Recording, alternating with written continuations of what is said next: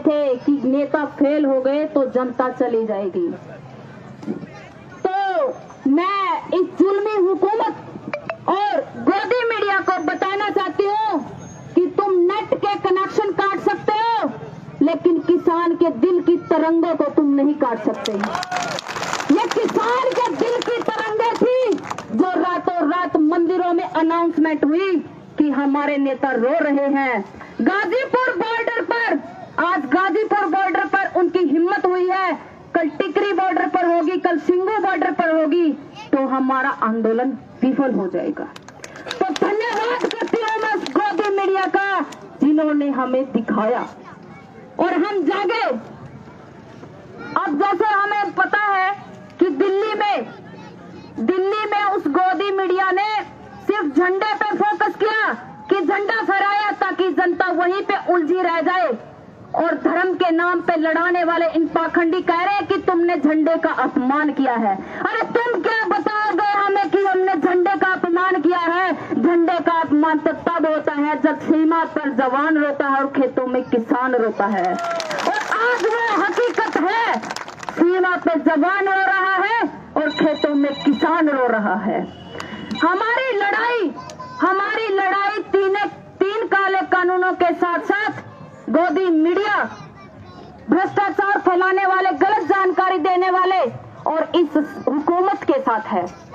आज मोदी सरकार है, कल दूसरी सरकार आएगी, लेकिन मैं आपको बताना चाहती हूँ कि ये मोदी सरकार है ना, इनसे हमें खेती भी बचानी है और बेटी भी बचानी है, क्योंकि इन कुर्सी वाले रंडुओं के पास ना खेती है ना बेटी है। अरे हंगामा कर देते हैं, किसी बेटी का बलात्कार होता है, लेकिन 4 दिन बाद चलती है मीडिया में, तहकीकात नहीं होती, पूरी नहीं होती है, लेकिन सुशांत सिंह सुसाइड कर लेता है, कंगना रनावत की बातें बार बार मीडिया में दिखाई जा रही है। क्यों दिखाई जा रही है? समझो इस चीज को, क्यों दिखाई जा रही है कि आप मेन मुद्दों से भटक जाएं।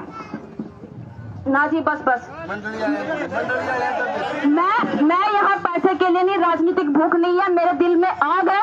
मैं अपने किसान के लिए बोल रही हूँ, मैं किसान की बेटी हूँ, मैं उस किसान की बेटी हूँ जो 14 साल का खेती करने लग गया था और आज भी काले यार्ड हो रहे हैं। ये दर्द है मेरा, पीछे अगर मैं आपका धन्यवाद करूँ, मैं पैसा नहीं दूँ, मैं पैसा नहीं दूँ। दे दिए। मैं कुछ लाइनें सुनाना चाहती हूँ आपको, जैसे कि एक शायर ने कहा है, अपने चेहरे से जो जाहिर है, अपने चेहरे से जो जाहिर है, उसको छुपाऊं कैसे? तेरी मर्जी के मुताबिक नजर आऊं कैसे? तेरी मर्जी के मुताबिक नजर आऊं कैसे? घर सजाने की तस्वीर यानी कि कल्पना, घर सजाने की तस्वीर तो बाद की बात है, घर सजाने की तस्वीर तो बाद की बात है, पहले यह तो तय हो कि इस घर को बचाऊं कैसे? पहले यह तो तय हो कि मैं इस घर को बचाऊं कैसे? लाख तलवारें आ जाए मेरी गर्दन की तरफ, लाख तलवारें आ बढ़े मेरी गर्दन की तरफ, सर झुकाना नहीं सीखा तो सर झुकाऊं कैसे? सर झुकाना नहीं सीखा तो सर झुकाऊं कैसे? इन्हीं शब्दों के साथ मैं आपका धन्यवाद करती हूँ इतने ध्यान से सुनने के लिए।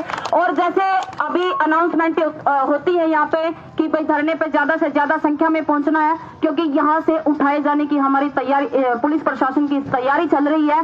क्योंकि जब कोई भी पेड़ उखाड़ना है, जब तक उसकी जड़ें मजबूत हैं तब तक उनको कोई नहीं ला सकता। ये जड़ें हैं, यहाँ से हिलोगे तो बॉर्डर पे जाएंगे। और ये चीज हमने सिखा दी है कि धर्म, मजहब, जाति में तो तुम लोगों ने हमें बांटा था, लेकिन उसकी हमें परवाह नहीं है। वो तो हमारी आपस की लड़ाई हो, आप पे लड़ लेंगे, लेकिन पहला तेरी बात है। तो मैं यह बात अपील करूं कि राकेश टिकैत जी के जो आंसू कल थे, आंदोलन बहुत निचला स्तर पर जाने की तैयारी हो रही थी, क्योंकि गोदी मीडिया की वजह से उन आंसुओं ने आंदोलन को फिर आसमान में चढ़ा दिया है।